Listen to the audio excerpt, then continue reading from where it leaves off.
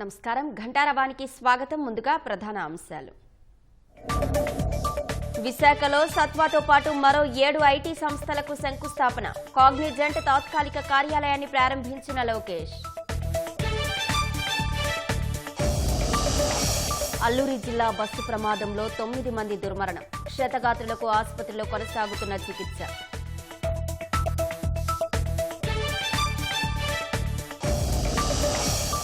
అనంతపురం జిల్లా గుంతకల్లులో దారుణం. నీటి కుళాయి వద్ద ఘర్షణలో వ్యక్తి హత్య.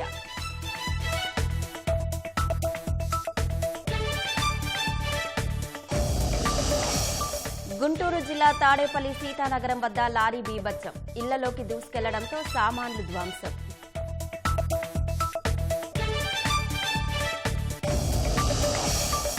అమెరికా బాటలో మెక్సికో సర్కార్. భారత్ దిగుమతులపై 50% సుంకాలకు నిర్ణయం.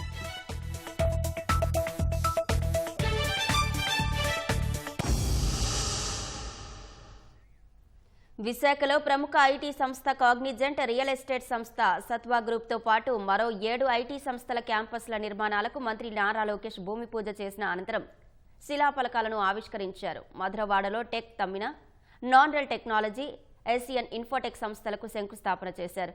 కాపులుపాడలో Imaginovate tech solutions, fluent grid limited, Motherson technology services limited, Quax Technosoft private limited సంస్థలకు శంకుస్థాపన చేశారు. ఈ కార్యక్రమంలో మంత్రి లోకేష్ తో పాటు భీమిలి ఎమ్మెల్యే గంటా శ్రీనివాసరావు, విశాఖ ఎంపీ శ్రీ భరత్ పాల్గొన్నారు. విశాఖలో సీఎం చంద్రబాబు శ్రీకారం చుట్టబోయే ఐటీ సంస్థల వివరాలను మా ప్రతినిధి ఆదిత్య పవన్ అడిగి తెలుసుకుందాం. ఆదిత్య పవన్, ఐటీ సంస్థల రాకతో ఎంతమందికి ఉద్యోగ అవకాశాలు కలగనున్నాయి?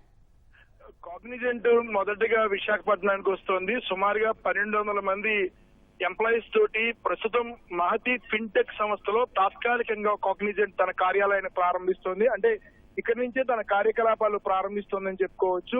ఈ వ్యవహారం మొత్తం అంతా కూడా మొత్తం ఒక ఏడాది లోపలనే ఇది పూర్తవడం చాలా ఆనందదాయకంగా ఉందని కొద్ది నిమిషాల క్రితమే ఐటీ మంత్రి నారా లోకేష్ కూడా స్పష్టం చేశారు. ప్రస్తుతం విశాఖపట్నంలో tech Tammina, Nanorel technologies, Asian Infotech, Imaginovate tech solution, fluent grid, Motherson technology, అలాగే క్వాక్స్ టెక్నోసాఫ్ట్ ప్రైవేట్ లిమిటెడ్ మొత్తం 7 సంస్థలని శంకుస్థాపన భూమి పూజ చేస్తున్నారు. మరికొద్ది సేపట్లోనే ఇవి జరగనున్నాయి. అయితే ఇప్పటికే కాగ్నిజెంట్ సంబంధించినటువంటి కార్యాలయానికి సంబంధించి ప్రారంభోత్సవం కూడా జరిగింది. ఈ ప్రారంభోత్సవ సమయంలో ఐటీ శాఖ మంత్రి నారా లోకేష్ తో పాటు భీమిలి శాసనసభ్యులు గంటా శ్రీనివాస్ కూడా పాల్గొన్నారు. అలాగే కొద్దిసేపట్లో మరికొద్ది నిమిషాల్లోనే రాష్ట్ర ముఖ్యమంత్రి చంద్రబాబు కూడా ఈ కార్యక్రమంలో పాల్గొంటున్నారు. సుమారుగా 1000 మంది ఇప్పటికే కాగ్నిజెంట్ చెందినటువంటి ఉద్యోగులు అంతా కూడా ఇక్కడ ఉన్నారు. వారందరినీ కూడా ఉద్దేశించి కొద్ది నిమిషాల్లో ముఖ్యమంత్రి మాట్లాడతారు. అలాగే ఐటీ శాఖ మంత్రి నారా లోకేష్ కూడా మాట్లాడతారు. దీని అనంతరం విశాఖపట్నంలో ఉన్నటువంటి ఎండాడలో ఉన్న A1 కన్వెన్షన్ సెంటర్ లో విశాఖపట్నం ప్రాంతీయ అభివృద్ధి మండలికి సంబంధించి ఒక సమావేశం ఉంది. ఈ సమావేశంలో కూడా ముఖ్యమంత్రితో పాటు నారా లోకేష్ పాల్గొని మాట్లాడతారు.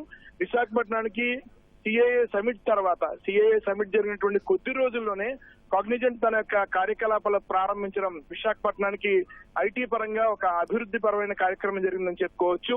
ఇప్పటికే తొర్లవాడలో గూగుల్ సంబంధించినటువంటి కార్యకలాపాలు ప్రారంభించడానికి గూగుల్ సంస్థకి భూముల్ని అప్పగించడం, మరోవైపు గూగుల్ కూడా ఇప్పటికే తను సంసిద్ధంగా ఉన్నట్టు ప్రకటించినటువంటి కొద్ది రోజుల్లోనే నేరుగా టిపి డేటా సెంటర్ ప్రారంభమైంది. గూగుల్ డేటా సెంటర్ కూడా ప్రారంభానికి దగ్గరగా వస్తోంది. అలాగే అనేక డేటా సెంటర్లు విశాఖపట్నం కేంద్రంగా పనిచేయడానికి సంసిద్ధం అవుతున్నాయి.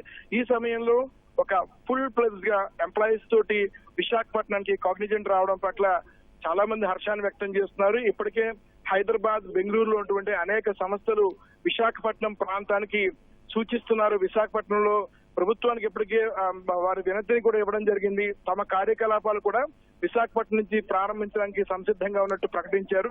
అందులో భాగంగా ఈ రోజు కాగ్నిజెంట్ చెందినటువంటి సంస్థ ప్రారంభం. ఎందుకంటే ఇది మహతి ఇన్ఫోటెక్. ఈ మహతి ఇన్ఫోటెక్ లోనే వారి భవనం నిర్మాణం అయ్యే లోపల, ఈ రోజు జరిగేటువంటి శంకుస్థాపన జరిగినటువంటి భవనం నిర్మాణం అయ్యే లోపల కార్యకలాపాలు కొనసాగించడం కోసం తాత్కాలిక కార్యాలయాన్ని విశాఖ నుంచే ప్రారంభిస్తున్నారు. దీనివల్ల మరిన్ని కంపెనీలు విశాఖపట్నం రావడానికి అవకాశం ఉంటుందని ఇప్పటికే ఐటీ శాఖ మంత్రి నారా లోకేష్ స్పష్టం చేశారు. అయితే ఈ రోజు 7 సంస్థలకి ఇక్కడ భూమి పూజ జరుగుతుంది. త్వరలోనే ఇవన్నీ ప్రారంభమవుతాయి. గత నెలలోనే సిటీ సంబంధించినటువంటి డేటా సెంటర్ ప్రారంభోత్సవం కూడా జరిగింది. అలాగే కొద్ది రోజుల్లో మరిన్ని సంస్థలు టీసీఎస్ కూడా కార్యకలాపాలు ప్రారంభించడానికి సంసిద్ధంగా ఉన్న అన్ని ఏర్పాట్లు చేసుకుంది.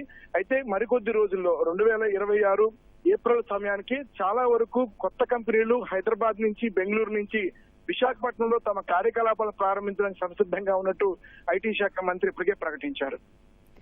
ధన్యవాదాలు ఆదిత్య పవన్.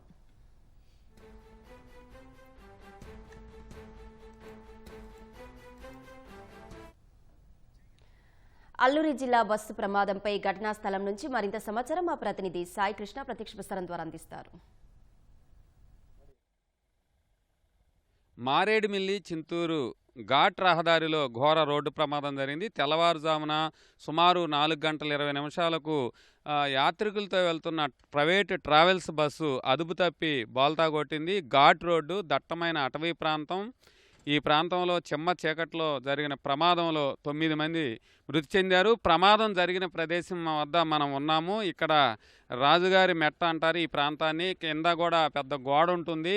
10 కిలోమీటర్ల దూరం ఇంకా ఘాట్ రహదారి ముగిసిపోతుంది. ఆ తర్వాత తులసిపాకల, పైన చింతూరు. ఇలా యాత్రికుల బస్సు ఇక్కడికి వస్తున్న క్రమంలో ఈ ఘాట్ రోడ్ని తాకింది. మనం చూడవచ్చు. తెల్లవారుజామున చీకట్లో డ్రైవర్కు కొంత అవగాహన లేకపోవడంతో ఈ గుట్టను యాత్రికుల బస్సు ఢీకొట్టినట్టు కూడా పోలీసులు ప్రాథమికంగా గుర్తించారు.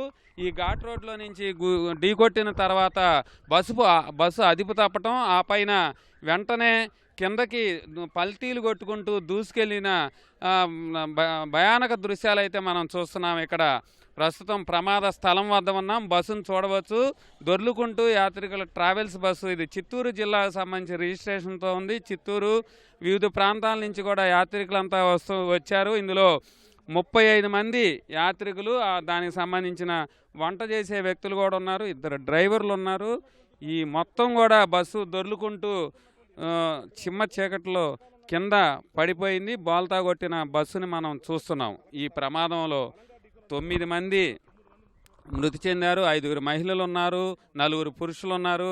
వీరంతా కూడా వివిధ ప్రాంతాలకు చెందిన యాత్రికులు. పర్యాటక ప్రాంతాలతో పాటు ఆధ్యాత్మిక కేంద్రాలు దర్శించుకుంటూ అరకులో నిన్నంతా కూడా గడిపినట్టు కూడా చెప్తున్నారు. భద్రాద్రి సీతారాముల వారి ఆలయానికి వెళ్తుండగా ఈ ప్రమాదం జరిగింది. 15-20 కిలోమీటర్లు ప్రయాణం చేస్తే చింతూరు చేరుకునేవారు. అక్కడి నుంచి ఒక 60 కిలోమీటర్ల దూరంలో భద్రాచలం వెళ్ళే అవకాశం ఉండేది. ఉదయం కల్లా స్వామివారిని దర్శించుకొని తిరిగి వారి గమ్యస్థానాలకు వెళ్ళేందుకు కూడా వాళ్ళంతా కూడా ముందుగా ఒక ప్రణాళిక ప్రకారం యాత్ర అయితే కొనసాగించారు. 2 డ్రైవర్లు ఉన్నప్పటికీ కూడా ఈ ఘాటు చాలా దట్టమైన అటవీ ప్రాంతం, నేరో రహదారిగా ఉంటుంది. ఇరుకైన ప్రాంతాలు, మలుపులు, గుట్టలు ఉంటాయి. అయినా అవగాహన లేకపోవటం వల్లే ఆ కొండను ఢీకొట్టి బస్సు ఒక్కసారిగా వచ్చి అదుపు తప్పి పడిపోయింది. అయితే ఇంకా కొంత పెను ప్రమాదం అయితే కొంత తప్పిందనే చెప్పాలి. ఈ మొత్తం ఈ ఘాట్లో అంతవరకు ఆగిపోయి కింద రోడ్డును తాగి బస్సు ఆగిపోయింది. అదే లోయల్లో పడినట్టయితే ఇంకాస్త ప్రమాద తీవ్రత అధికంగా ఉండేదని కూడా పోలీసులు అయితే గుర్తించారు. చింతూరు పరిధిలోతో పాటు అటు రంపచోడవరం, మారేడుమిల్లి అన్ని ప్రాంతాల నుంచి కూడా పోలీసులు హుటాహుటిన ఘటనా స్థలానికి చేరుకొని సహాయ చర్యలు ముమ్మరంగా చేపట్టారు. వైద్య సిబ్బంది వచ్చారు.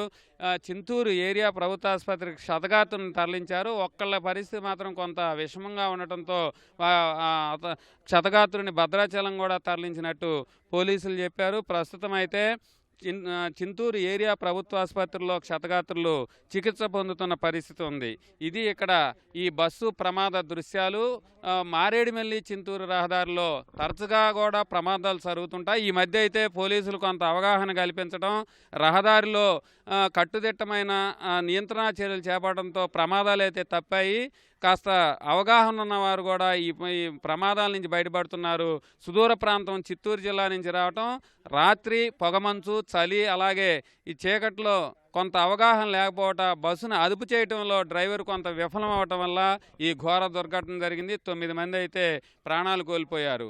యాత్రకు వచ్చి సందర్శించేందుకు దేవాలయాలు అట్లాగే పర్యాటక ప్రాంతాలను సందర్శించి ఇలా అనంతలోకాలకు వాళ్ళు వెళ్ళిపోవడంతో కుటుంబ సభ్యుల్లో మాత్రం తీవ్రమైన ఆవేదన మిగులుతోంది. కెమెరామెన్ సూర్యప్రకాష్తో సాయికృష్ణ, ఈటీవీ న్యూస్.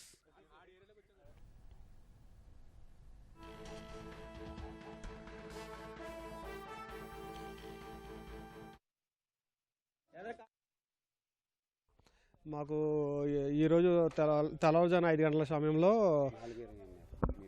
మాకు ఇన్ఫర్మేషన్ వచ్చింది. 5 గంటల సమయంలో మా మోతుగూడు ఎస్ఐ గారికి ఇలాగ ఘాటీ రోడ్లో యాక్సిడెంట్ అయింది, ఎక్కువ మంది చనిపోయి ఉన్నారు అని చెప్పేసి సమాచారం రాగా నేను మా సిబ్బందిని తీసుకొని ఎస్ఐ గారిని తీసుకొని ఇక్కడికి ఇమీడియట్గా వచ్చామండి. వచ్చేసరికి ఇక్కడ బస్సు ఇలా కిందన పడిపోయి ఉండడంతో అందులో ఉన్న డెడ్ బాడీస్ని కిందకి తీసి అలాగే క్షతగాత్రులని చింతూరు ఏరియా హాస్పిటల్కి షిఫ్ట్ చేసామండి. అలాగే ఈ చనిపోయిన వాళ్ళ మృతులను కూడా చింతూరు హాస్పిటల్కి ఇమీడియట్గా షిఫ్ట్ చేసామండి. ఇందులో మొత్తం 9 మంది మృతులు ఉన్నారు. అలాగే 22 మంది క్షతగాత్రులు ఉన్నారండి. ఇది యాక్సిడెంట్ వచ్చి సుమారు ఉదయం 4:20 నుంచి 4:30 మధ్యలో జరిగినట్టు మాకు సమాచారం ఉందండి. అలాగే ఈ యాక్సిడెంట్ జరగడానికి ముఖ్య కారణము ఈ డ్రైవర్ అనేవాళ్ళు 6వ తారీఖు నుంచి కంటిన్యూగా డ్రైవ్ చేస్తూ అలసిపోవడం వల్ల కానీ, లేదా నైట్ తెల్లజాను అవ్వడం వల్ల నిద్ర వల్ల కానీ, లేదా ఎక్కువ పొగమంచు ఉండడం వల్ల కానీ జరిగి ఉండొచ్చు అని చెప్పేసి మేము ప్రాథమికంగా అంచనా వేస్తున్నామండి. సార్ ఇప్పుడు ఆ సమయంలో ఎక్కడెక్కడికి తరలించారు, ఎట్లా జరిగిందండి?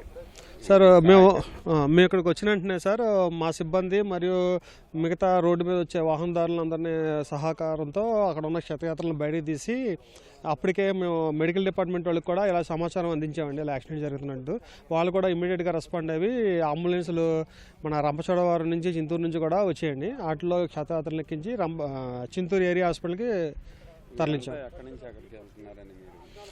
వీళ్ళందరూ కూడా చిత్తూరు జిల్లా నుంచి పుణ్యక్షేత్రాల దర్శనం నిమిత్తం బయలుదేరి కోటప్పకొండ, మంగళగిరి, విజయవాడ, భీమవరము, పాలకొల్లు, సింహాచలము అలా అరకు చూసుకొని బయలుదేరి ఇటు వస్తుండగా జరిగిందని చెప్పేసి చెప్పారు సార్. ప్రమాదం అంటే ప్రాథమికంగా సార్ మాకు కొన్ని అవకాశాలు అయితే ఉన్నాయి సార్. ఇతను కంటిన్యూగా జర్నీ చేసి అలసిపోయి ఉండడం వల్ల, మళ్ళీ తెల్లవారుజామున పొగమంచు ఎక్కువ ఉంటుంది సార్. ఈ ఏరియాలో పొగమంచు ఎక్కువ ఉండడం వల్ల, కనపడకపోవడం వల్ల, ఈ టర్నింగ్లో అతను చూసుకోకుండా సడన్ బ్రేక్ వేయడం వల్ల ప్రమాదం జరిగి ఉండొచ్చు అని చెప్పేసి అంటున్నాం సార్. అలాగే డ్రైవర్ కూడా ఈ ఏరియాకి కొద్ది కొత్తగా అవ్వడం వల్ల ఈ రోడ్డు యొక్క నైసర్గిక స్వరూపం అనేది వాళ్ళకి తెలియకపోవచ్చు సార్. దానివల్ల కూడా జరిగి ఉండొచ్చు అని అనుకుంటున్నాను సార్.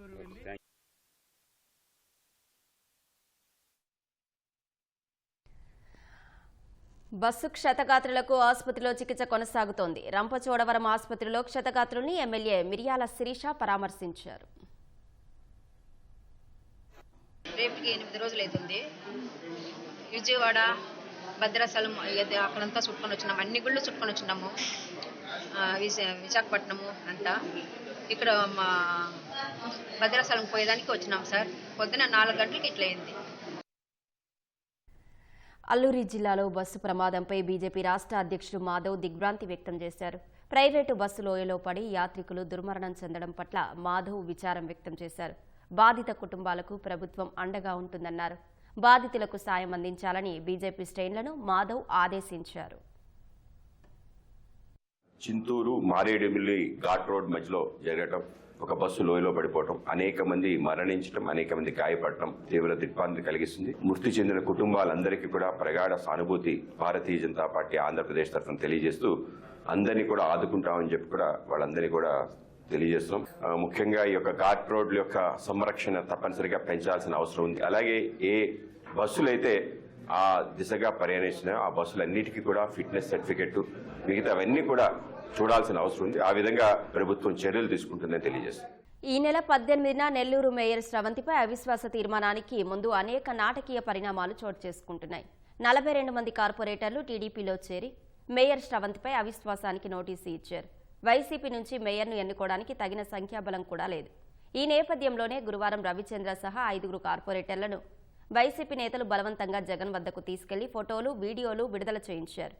అయితే 24 గంటలు గడవక ముందే జగన్కు రవిచంద్ర షాక్ ఇచ్చారు. తాను టీడీపీతోనే ఉంటానంటూ వీడియో విడుదల చేశారు. మేము గత 1 సంవత్సరం ముందు తెలుగుదేశం పార్టీలో చేరడం జరిగింది. అదేవిధంగా మేము తెలుగుదేశం పార్టీలోనే కొనసాగడం కూడా జరుగుతుంది. నిన్న జరిగిన ఇన్సిడెంట్లో ఏదో పొరపాటున ఇన్సిడెంట్ జరిగింది. కానీ మేము తెలుగుదేశం పార్టీలోనే కంటిన్యూగా ఉండదలుచుకుంటున్నాము. దయచేసి ఎవరు అపార్థం చేసుకోవాలి. ఎన్టీఆర్ జిల్లా తిరువూరు ఎమ్మెల్యే కొలికపూడి శ్రీనివాసరావు వాట్సాప్ స్టేటస్లతో మరో వివాదానికి తెరతీశారు. విస్సన్నపేట టీడీపీ మండల పార్టీ అధ్యక్షుడు రాయల సుబ్బారావును లక్ష్యంగా చేసుకున్నారు. నువ్వు దేనికి అధ్యక్షుడివి? పేకాట క్లబ్కా? పేకాట కోసం ఆఫీస్ పెట్టావంటే నువ్వు నిజంగా రాయలని స్టేటస్ పెట్టారు. దీనిపై ఎమ్మెల్యే వివరణ కోరగా చాలా కాలంగా రాయల సుబ్బారావు పేకాట ఆడిస్తున్నారని ఆరోపించారు. గతంలో విజయవాడ ఎంపీ కేశినేని చిన్నిపై బహిరంగ ఆరోపణలతో కొలికపూడి శ్రీనివాసరావు పార్టీకి నష్టం చేకూర్చేలా వ్యవహరించారంటూ అధిష్టానం ఆగ్రహంగా ఉంది. అయినా కొలికపూడి తీరు మార్చుకోవడం లేదు. కాకినాడ జిల్లా కుమ్మరిలో ప్రాంతంలో పోలవరం ఎడమ కాలువ నిర్మాణ పనులు వేగంగా కొనసాగుతున్నాయి. 123, 115 మీటర్ల ఎత్తు ఉన్న 2 కొండలను 28 మీటర్లకు తొలిచే పనులు ప్రారంభించారు. రోజుకు 22,000 క్యూబిక్ మీటర్ల మేర తవ్వకాలు సాగుతున్నాయి. 5వ ప్యాకేజీలో భాగంగా అన్నవరం నుంచి తుని వరకు 307 కోట్ల వ్యయంతో సుమారు 18 కిలోమీటర్ల మేర కాలువ పనులు చేపట్టారు. కుమ్మరిలో వద్ద మట్టి కోత నివారణకు 42 కోట్లతో చోవాల్ను నిర్మించనున్నారు. వచ్చే ఏడాది ఫిబ్రవరికి పనులు పూర్తి చేయడానికి అధికారులు ప్రణాళిక చేస్తున్నారు.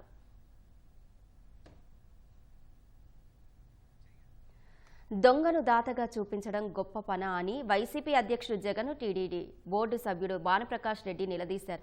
పరకామణి చోరీ కేసు చిన్నదేనని సమర్థించేలా మాట్లాడిన జగన్కు కొన్ని సూటి ప్రశ్నలు సంధించారు. ఎవరి ఒత్తిళ్లతో చోరీ కేసును రాజీ చేశారని ఢిల్లీలో ప్రశంసించారు. ఇంకోటి అన్నారు జగన్మోహన్ రెడ్డి గారు, దొంగ దగ్గర నుంచి 14 కోట్ల ఆస్తులు రాయించుకుంటే దీన్ని తప్పంటారా స్వామి అన్నాడు. అయ్యా స్వామి, దొంగని దాతగా చేశారు, మీరు థెఫ్ట్ని గిఫ్ట్గా చేశారు. ఏ విధంగా రాయించుకుంటారయ్యా మీరు? వెంకటేశ్వర స్వామికి ఆస్తి రాసియాలంటే పేపర్ నోటిఫికేషన్ ఇవ్వాలి. అబ్జెక్షన్స్, సజెషన్స్ వచ్చిన తర్వాత మాత్రమే స్వామివారి పేరు మీద ఆస్తులు బదలాయించుకోవాలి. కానీ ప్రత్యేకమైనటువంటి కేసులో ఏం జరిగింది తెలుసా? బోర్డు రెజల్యూషన్ 19/6/2023 మాకు టైము లేని కారణంగా మేము పత్రికా ప్రకటన ఇవ్వలేకపోతున్నాం. కాబట్టి ఈ ఒక్కసారికి మేము ఆస్తులు రాయించుకుంటామని చెప్పి బోర్డులో నిర్ణయం తీసుకోవడం జరిగింది. నేను ఉప్పు, నేను నిప్పు, నేను తుప్పు అంటున్నాడు కదా మా కరుణాకర్ రెడ్డి గారు తిరుపతిలో. ఏం మాట్లాడినా ఎగిరిగిరి పడుతుంటారు కదా. ఆయన ఆ రోజు ఎక్స్ అఫీషియల్ మెంబర్గా సంతకం చేశాడు అజెండాలో.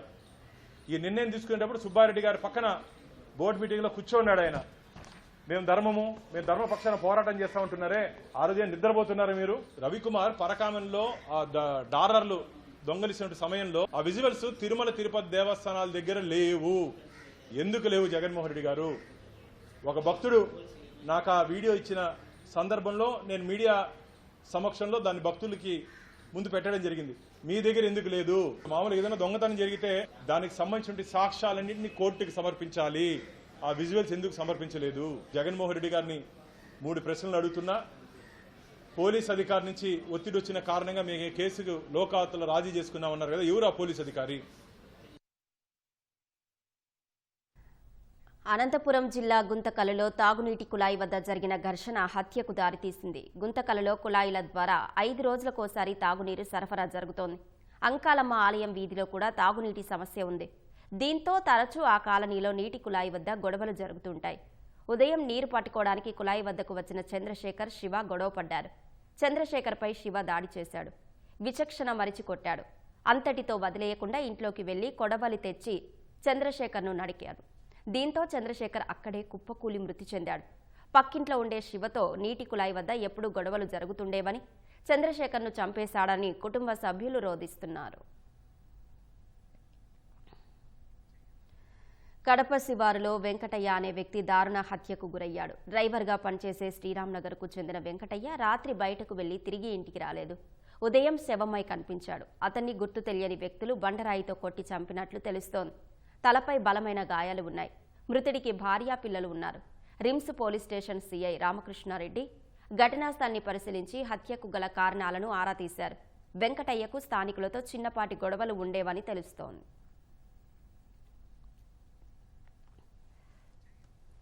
గుంటూరు జిల్లా తాడేపల్లి సీతానగరం వద్ద లారీ అదుపు తప్పి ఇళ్లలోకి దూసుకెళ్లింది. ఈ ఘటనలో రోడ్డు పక్కనే ఉన్న తోపుడు బండ్లతో పాటు ఇళ్లలోని సామాన్లు ధ్వంసమయ్యాయి.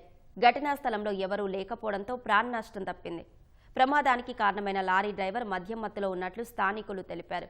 ఇళ్లలోకి లారీ దూసుకురావడంతో తీవ్రంగా నష్టపోయామని బాధితులు వాపోయారు. పోలీసులు కేసు నమోదు చేసి దర్యాప్తు చేస్తున్నారు. బండితో అక్కడ గుద్ది నుంచి మొత్తం తోసుకొని వచ్చేసాడు. ఆ పరిస్థితిలో మేము అలాగే చూసాం, కానీ మా పరిస్థితి ఎలా ఉండమంటే అలా ఉంది. సామానంతా పగిలిపోయి ఫుల్గా మందు దాగి ఉన్నాడు. రాత్రి వెళ్ళి కేసు మా పోలీసు వాళ్ళు వచ్చారు, వాళ్ళు తీసుకెళ్ళారు, కేసు పెట్టాము. ఫుల్గా దాగి ఉన్నానండి అని చెప్పాడు. ఆ మైకుల్లో ఏమైందో నాకే తెలియదు అని అన్నాడు.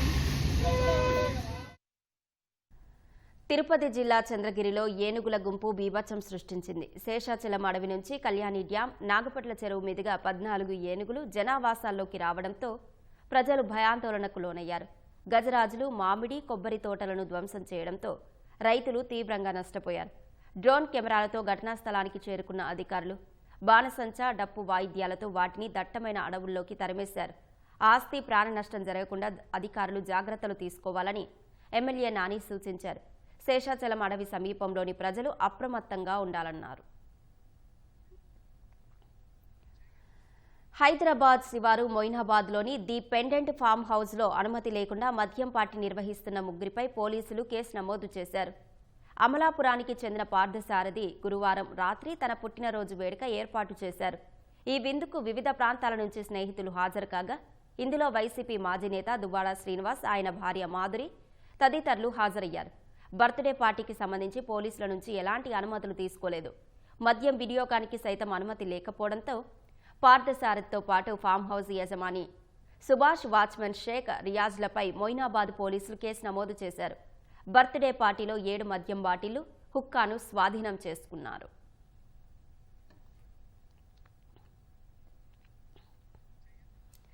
తెలంగాణలో సంచలనం సృష్టించిన ఫోన్ అక్రమ ట్యాపింగ్ కేసులో మాజీ ఐపీఎస్ అధికారి ప్రభాకర్ రావు సిట్ ఎదుట లొంగిపోయారు.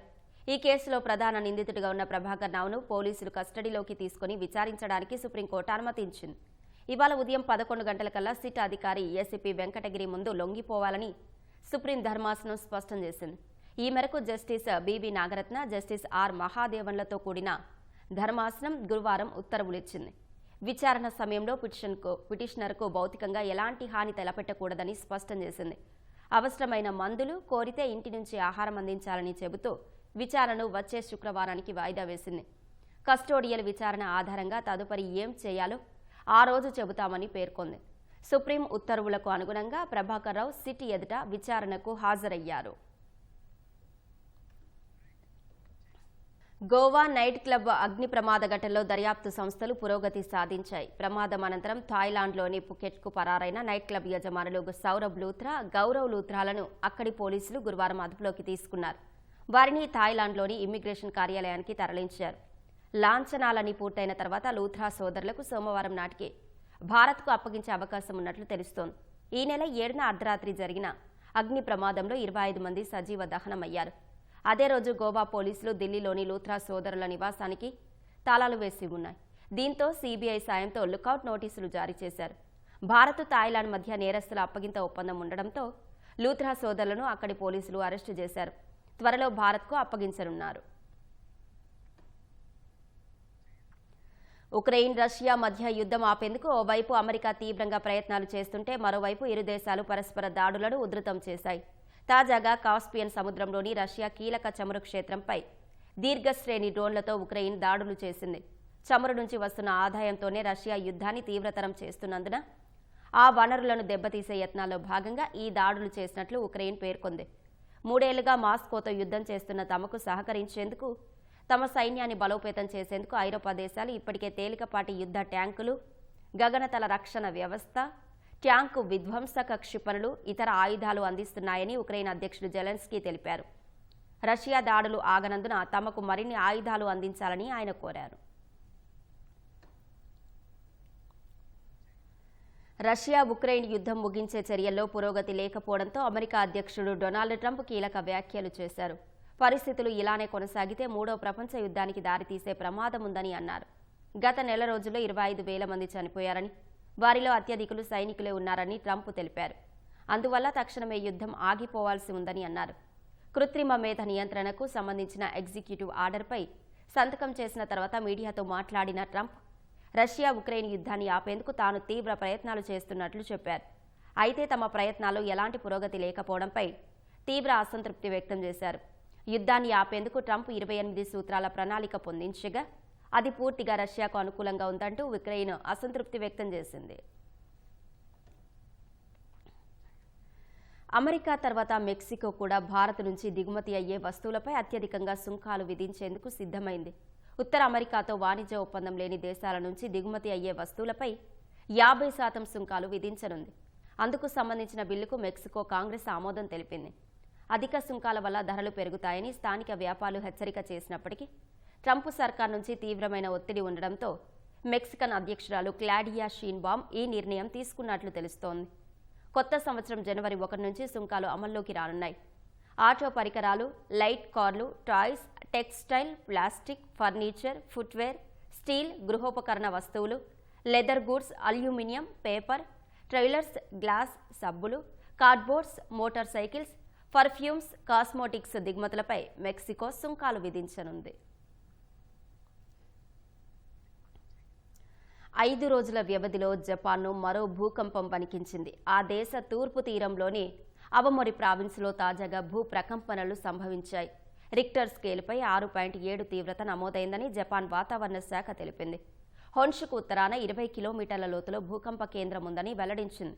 పసిఫిక్ తీర ప్రాంతంలో ఉన్న 4 ప్రావిన్స్లకు సునామీ హెచ్చరికలు జారీ చేసిన జపాన్ వాతావరణ శాఖ 1 మీటర్ వరకు అలలు ఎగిసిపడే అవకాశం ఉందని హెచ్చరించింది. భూకంపం వల్ల జరిగిన నష్టంపై వివరాలు ఇంకా వెల్లడి కాలేదు. ఈ నెల 7న జపాన్ ఉత్తర తీరంలో ఉన్న అవమొరి ప్రావిన్స్లో 7.5 తీవ్రతతో భూకంపం సంభవించింది. పలు ప్రాంతాల్లోని ఇళ్లలోని వస్తువులు మీద పడి దాదాపు 34 మంది వరకు గాయపడ్డారు. ఇవాళే ప్రావిన్స్లోని కుజిపోర్టులో 2 అడుగులకు పైగా అలలు ఎగిసిపడ్డాయి. ఆ సమయంలోనే మరో భూకంపం సంభవించే అవకాశం ఉందని జపాన్ వాతావరణ శాఖ అక్కడి ప్రజలను హెచ్చరించింది. విశాఖలో ఐటీ సంస్థ కాగ్నిజెంట్ శాశ్వత క్యాంపస్ నిర్మాణ శంకుస్థాపన కార్యక్రమంలో సీఎం చంద్రబాబు, మంత్రి లోకేష్, కూటమి నేతలు పాల్గొన్నారు. ప్రత్యక్ష ప్రసారం ద్వారా చూద్దాం.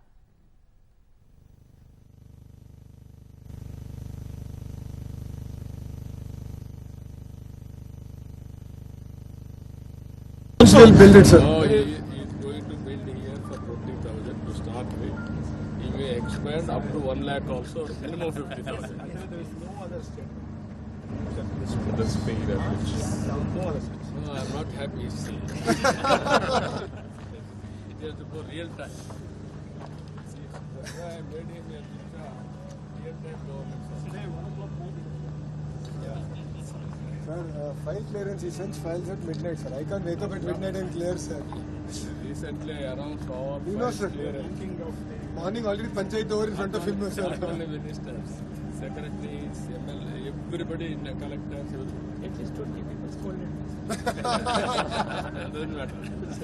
Then they will correct. You are very popular now. Request Honorable Chief Minister.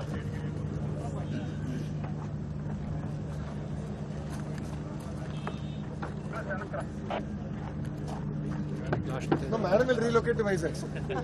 He's in charge of real estate, sir. Sir, 12 months commit ho gaya main.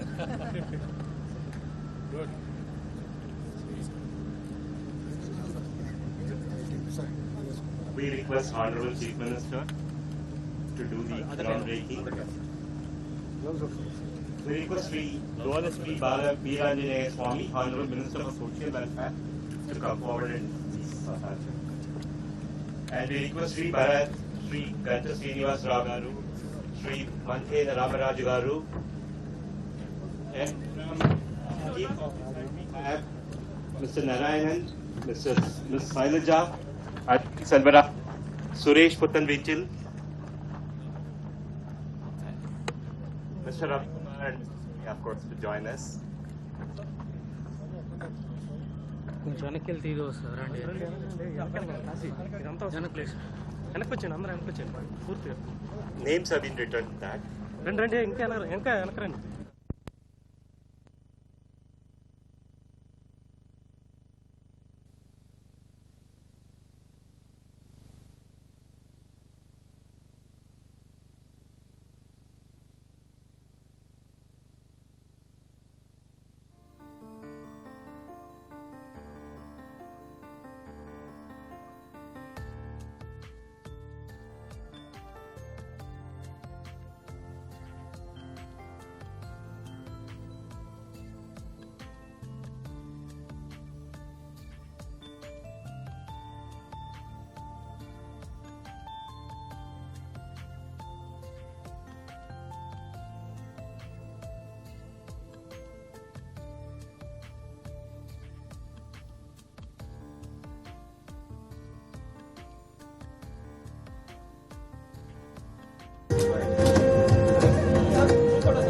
One group photo, please. Listen, Gaurav, please. Group photo.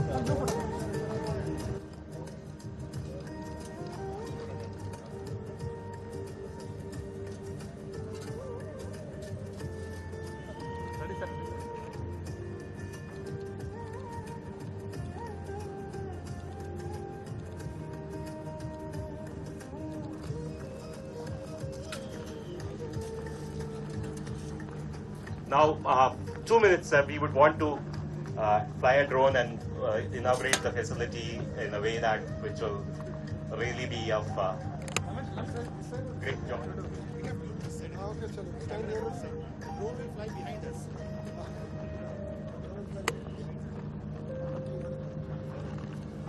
No, it's not.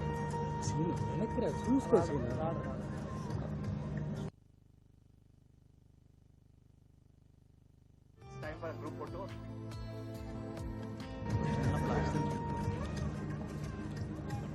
Gaurav, it's not. చూస్తాను okay. విశాఖలో ప్రముఖ అంతర్జాతీయ IT సంస్థ Cognizant శాశ్వత campus నిర్మాణ శంకుస్థాపన కార్యకలాపాల ప్రారంభోత్సవ కార్యక్రమంలో సీఎం చంద్రబాబు, ఐటీ శాఖ మంత్రి లోకేష్ పాల్గొన్నారు.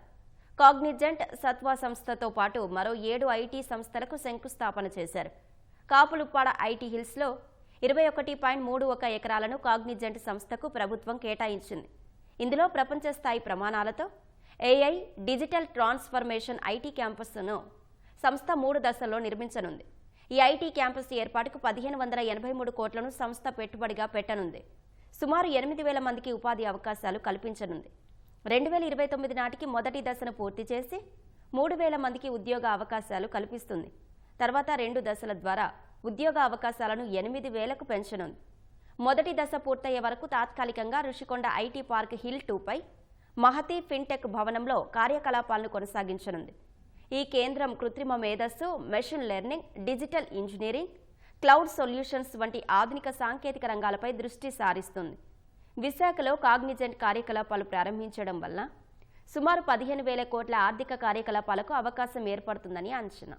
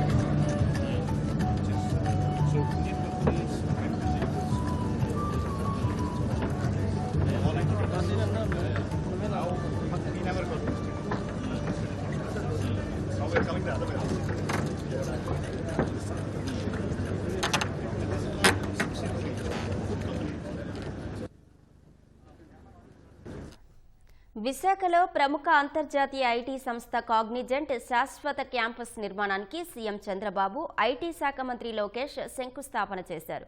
కాగ్నిజెంట్ ప్రతినిధులతో కలిసి క్యాంపస్ నిర్మాణానికి శ్రీకారం చుట్టారు. ఈ కార్యక్రమంలో అధికారులు, కూటమి నేతలు పాల్గొన్నారు.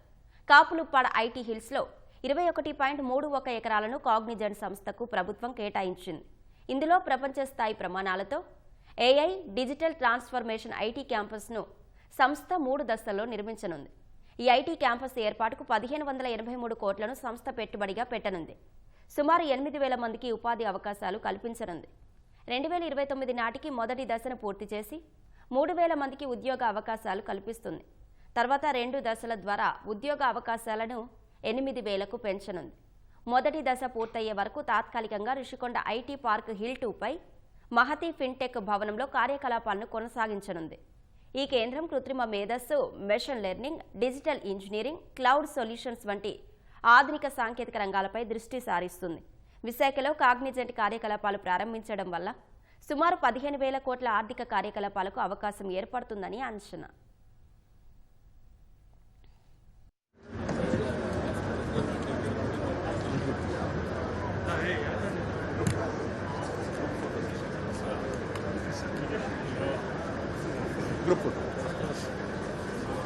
Group photo with the Cognizant senior leadership team.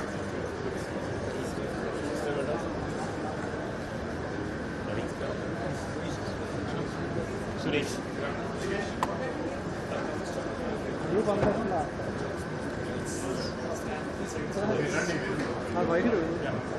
Step back.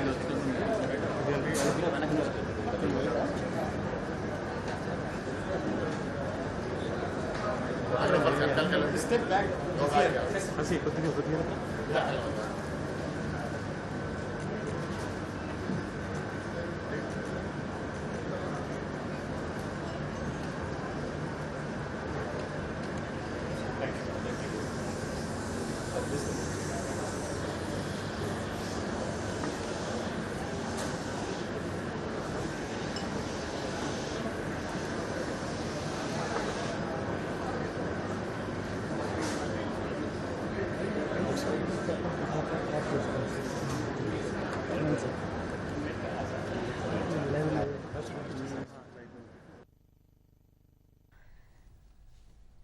విశాఖలో ప్రముఖ అంతర్జాతీయ ఐటీ సంస్థ కాగ్నిజెంట్ శాశ్వత క్యాంపస్ నిర్మాణానికి సీఎం చంద్రబాబు, ఐటీ శాఖ మంత్రి లోకేష్ శంకుస్థాపన చేశారు.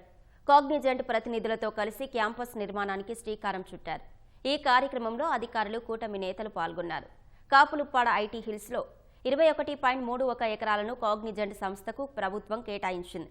ఇందులో ప్రపంచ స్థాయి ప్రమాణాలతో ఏఐ డిజిటల్ ట్రాన్స్ఫర్మేషన్ ఐటీ క్యాంపస్ను సంస్థ 3 దశల్లో నిర్మించనుంది. ఈ ఐటీ క్యాంపస్ ఏర్పాటుకు 1583 కోట్లను సంస్థ పెట్టుబడిగా పెట్టనుంది. సుమారు 8,000 మందికి ఉపాధి అవకాశాలు కల్పించనుంది. 2029 నాటికి మొదటి దశను పూర్తి చేసి 3,000 మందికి ఉద్యోగ అవకాశాలు కల్పిస్తుంది.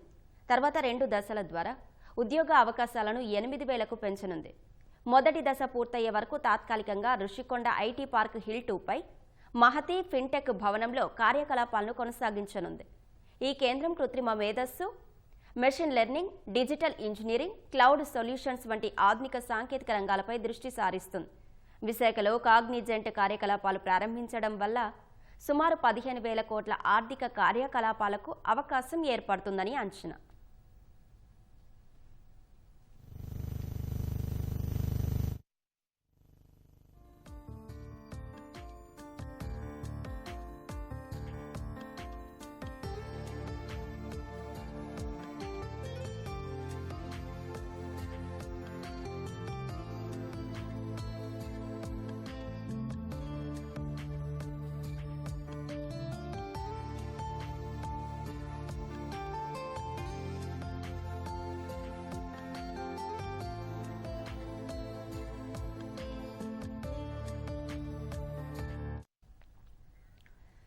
విశాఖలో ప్రముఖ అంతర్జాతీయ ఐటీ సంస్థ కాగ్నిజెంట్ శాశ్వత క్యాంపస్ నిర్మాణానికి సీఎం చంద్రబాబు, ఐటీ శాఖ మంత్రి లోకేష్ శంకుస్థాపన చేశారు. కాగ్నిజెంట్ ప్రతినిధులతో కలిసి క్యాంపస్ నిర్మాణానికి శ్రీకారం చుట్టారు. ఈ కార్యక్రమంలో అధికారులు, కూటమి నేతలు పాల్గొన్నారు. కాపులుప్పాడ ఐటీ హిల్స్లో 21.31 ఎకరాలను కాగ్నిజెంట్ సంస్థకు ప్రభుత్వం కేటాయించింది. ఇందులో ప్రపంచ స్థాయి ప్రమాణాలతో ఏఐ డిజిటల్ ట్రాన్స్ఫర్మేషన్ ఐటీ క్యాంపస్ను సంస్థ 3 దశల్లో నిర్మించనుంది. ఈ ఐటీ క్యాంపస్ ఏర్పాటుకు 1583 కోట్లను సంస్థ పెట్టుబడిగా పెట్టనుంది. సుమారు 8,000 మందికి ఉపాధి అవకాశాలు కల్పించనుంది. 2029 నాటికి మొదటి దశను పూర్తి చేసి 3,000 మందికి ఉద్యోగ అవకాశాలు కల్పిస్తుంది. తర్వాత 2 దశల ద్వారా ఉద్యోగ అవకాశాలను 8,000కు పెంచనుంది. మొదటి దశ పూర్తయ్యే వరకు తాత్కాలికంగా రుషికొండ ఐటీ పార్క్ హిల్ 2పై మహతి ఫిన్టెక్ భవనంలో కార్యకలాపాలను కొనసాగించనుంది. ఈ కేంద్రం కృత్రిమ మేధస్సు, machine learning, digital engineering, cloud solutions వంటి ఆధునిక సాంకేతిక రంగాలపై దృష్టి సారిస్తుంది. విశాఖలో కాగ్నిజెంట్ కార్యకలాపాలు ప్రారంభించడం వల్ల సుమారు 15,000 కోట్ల ఆర్థిక కార్యకలాపాలకు అవకాశం ఏర్పడుతుందని అంచనా. విశాఖలో ప్రముఖ అంతర్జాతీయ ఐటీ సంస్థ కాగ్నిజెంట్ శాశ్వత క్యాంపస్ నిర్మాణానికి సీఎం చంద్రబాబు, ఐటీ శాఖ మంత్రి లోకేష్ శంకుస్థాపన చేశారు. కాగ్నిజెంట్ ప్రతినిధులతో కలిసి క్యాంపస్ నిర్మాణానికి శ్రీకారం చుట్టారు. ఈ కార్యక్రమంలో అధికారులు, కూటమి నేతలు పాల్గొన్నారు. కాపులుప్పాడ ఐటీ హిల్స్లో 21.31 ఎకరాలను కాగ్నిజెంట్ సంస్థకు ప్రభుత్వం కేటాయించింది. ఇందులో ప్రపంచ స్థాయి ప్రమాణాలతో ఏఐ డిజిటల్ ట్రాన్స్ఫర్మేషన్ ఐటీ క్యాంపస్ను సంస్థ 3 దశల్లో నిర్మించనుంది. ఈ ఐటీ క్యాంపస్ ఏర్పాటుకు 1583 కోట్లను సంస్థ పెట్టుబడిగా పెట్టనుంది. సుమారు 8,000 మందికి ఉపాధి అవకాశాలు కల్పించనుంది. 2029 నాటికి మొదటి దశను పూర్తి చేసి 3,000 మందికి ఉద్యోగ అవకాశాలు కల్పిస్తుంది. తర్వాత 2 దశల ద్వారా ఉద్యోగ అవకాశాలను 8,000కు పెంచనుంది. మొదటి దశ పూర్తయ్యే వరకు తాత్కాలికంగా రుషికొండ ఐటీ పార్క్ హిల్ 2పై మహతి ఫిన్టెక్ భవనంలో కార్యకలాపాలను కొనసాగించనుంది. ఈ కేంద్రం కృత్రిమ మేధస్సు, machine learning, digital engineering, cloud solutions వంటి ఆధునిక సాంకేతిక రంగాలపై దృష్టి సారిస్తుంది. విశాఖలో కాగ్నిజెంట్ కార్యకలాపాలు ప్రారంభించడం వల్ల సుమారు 15,000 కోట్ల ఆర్థిక కార్యకలాపాలకు అవకాశం ఏర్పడుతుందని అంచనా.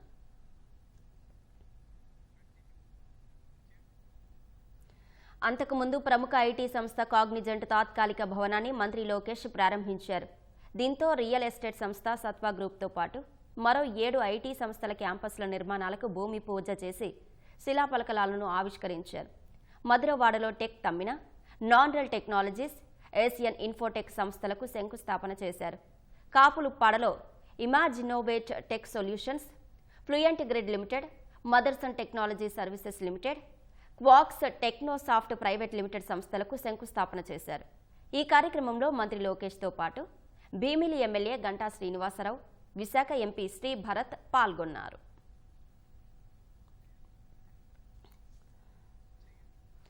కడప నగరపాలక సంస్థ వైసీపీ మేయర్ పాక సురేష్కు వ్యతిరేకంగా పలు చోట్ల ఫ్లెక్సీలు వెలిశాయి. ఇంటి పన్ను కట్టకుండా మొండికేసిన వ్యక్తికి మేయర్ పదవి ఇవ్వడం సిగ్గుచేటు అంటూ ఫ్లెక్సీలో రాశారు. కార్పొరేషన్ ఆదాయానికి గండికొట్టి రోడ్లు వేసుకున్న వ్యక్తి మన కడప మేయర్ అంటూ ఫ్లెక్సీలు వెలిశాయి. మేయర్ పదవిని ఆశించిన అసమ్మతి కార్పొరేటర్లే దీనికి కారణమని ప్రచారం సాగుతోంది. మున్సిపల్ సిబ్బంది ఫ్లెక్సీలను తొలగించారు. నిరంతర శ్రామికుడైన చంద్రబాబు